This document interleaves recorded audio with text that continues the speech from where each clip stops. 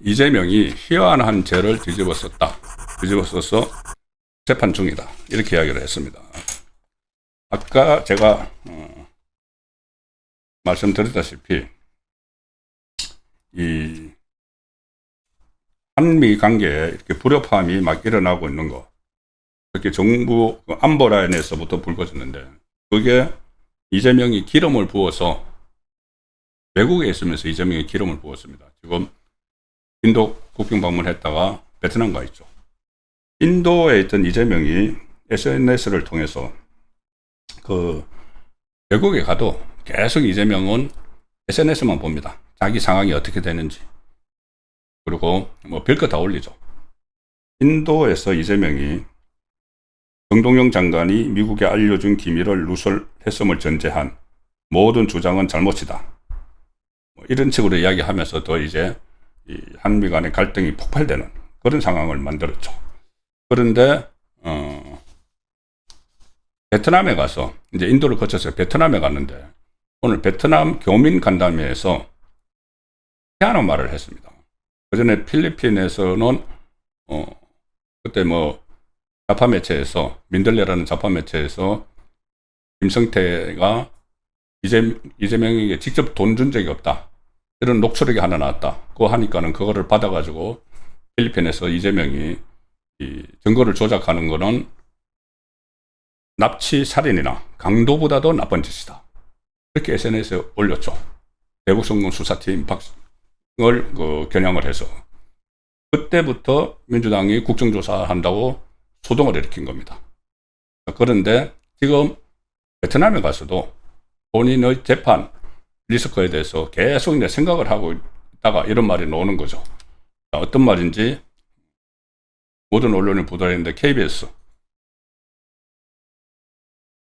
희한한 죄 뒤집어쓰는데 이재명 베트남 축구 얘기하다가 자기가 희한한 죄를 뒤집어썼다. 자, 오늘 베트남 이 교민들하고 간담회를 했는데, 잘 아시다시피 베트남 축구 국가대표팀을 우리 한국 사람 김상식 감독이 이끌고 있죠. 그래서 이제 좋은 성적을 많이 내고 있습니다. 그래서 이 베트남 교민들하고 간담회를 하면서 김상식 감독이 이끌고 있는 베트남 이 축구 국가대표팀 선전을 하고 있는 이것을 언급을 하면서 이렇게 이야기합니다. 김상식 감독을 포함해서 베트남의 한국 축구의 시스템과 노하우를 전수하고 있는 우리 체육인들의 노고가 뭐 어쩌고 이렇게 쭉 이야기를 하다가 축구 이야기를 하다가, 저도 한때 축구단 구단주였는데 성남FC, 성남시장 할 때 그건 시민구단이기 때문에 시장이 구단주죠. 그래서 저도 한때 축구단 구단주였는데 그거 잘 되게 해보려다가 희한한 죄를 뒤집어 쓰고 재판받는 중이다. 희한한 죄 재판받는 중이다. 재판 중단됐죠. 재판 안 하고 있죠.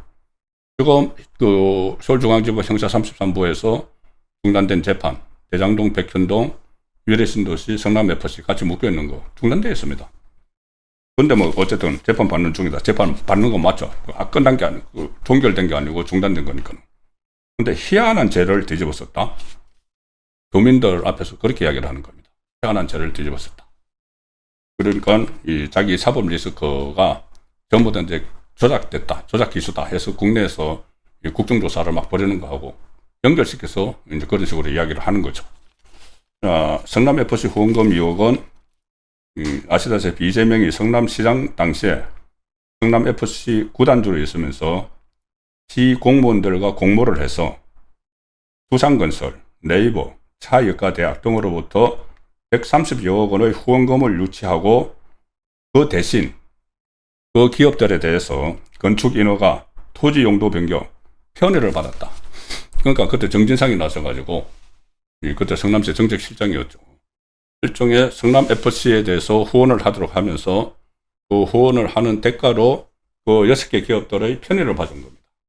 그런데 그 성남FC에서 받은 후원금이 이재명의 측근들에게 막 들어갔고, 그거 이제 수사를 하고, 이재명에게도 정진상이나 이재명에게 직접적으로 어떤 이익이 돌아갔는지, 그것 때문에 재판을 벌이고 있는 거죠. 기소돼가지고. 근데 그 재판이 중단이 됐습니다.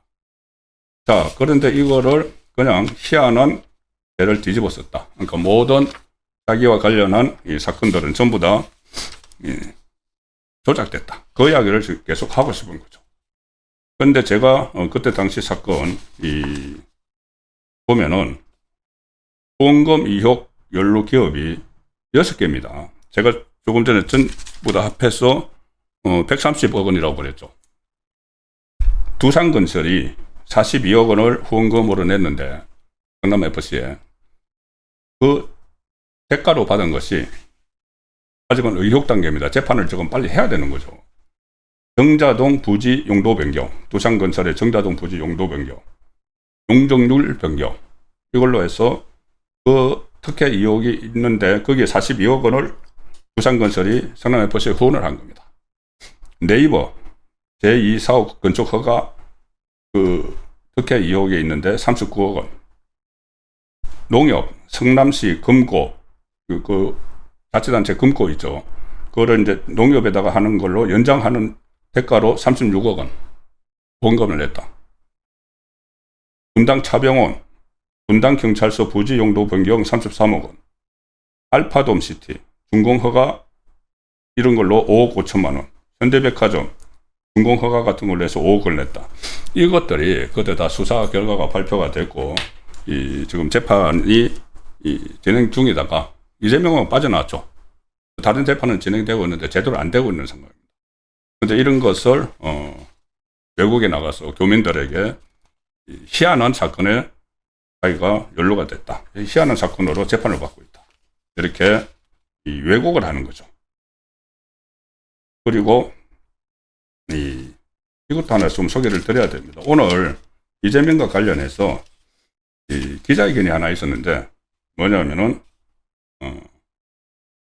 그 전에 이재명이 그런 말을 한 거 기억하시죠? 우리나라에는 국무회의를 하면서 이재명이 대한민국 국민의 전과가 유죄 판결을 받은 전과가 전 세계에서 가장 많을 것이다. 이렇게 이야기를 한 바가 있죠. 그래서 무슨 형사체계로 고쳐야 된다고 하면서 그때 전부 다 그런 이야기를 했습니다. 본인이 전과 4범 그리고 5개 재판 이렇게 하니까는 다른 일반 국민들까지 전부 다 그렇게 매도를 하는가. 그랬는데 오늘 국민의힘에서 야당 탄압 가짜뉴스 감시 특별위원회라는 게 있는데 이 국민 전과자 이 발언을 가지고 팩트 체크를 해서 기자회견을 했습니다. 뭐냐면은 이재명이 국무회의에서 대한민국 국민의 전과가 전 세계에서 가장 많을 거다 이렇게 발언을 했는데 그래서 졸지에 대한민국을 범죄자 천국처럼 만들었다. 그런데 사실 팩트를 해보니까 국회 입법조사처 분석 결과를 근거로 하니까 인구 10만 명당 유죄 판결을 받은 인원은 한국이 384명, 그런데 독일은 769명, 덴마크 892명, 스위스는 1158명, 주요 선진국에서 훨씬 높은 수치를 기록하고 있다. 우리나라 치안이 좋은 걸로 세계적으로 유명하죠. 그런데 국가 이미지가 이재명이 그런 말을 자기와 관련돼서 자기도 예를 들어 그 연장선상에서 하는 말입니다. 대화를 막 무차별로 막 기소를 해서 유죄를 만들려고 한다. 그래서 전과자가 그런 식으로 하니까 전과자가 많다. 그러는데 이재명이 그 말을 하니까 국제적으로 우리나라에 대한 인식이 안 좋아지는 거죠. 저기 전과자 많은 나라. 근데 그게 객관적인 자료에 의해서 한 것도 아니다.는 지금 기자회견이 있어서 소개를 드렸습니다. 어쨌든 지금 이재명이 본인의 사본이 있었고 죄를 털어내기 위해서 키우기 위해서 공소 취소용 국정조사를 벌이고 이런 이제 소동을 벌이고 있는데 지금 외국에 가서도 본인이 희한한 어떤 누명을 쓰고 있다. 이런 식으로 왜곡을 하는 그런 모습이 있어서 소개를 드렸습니다.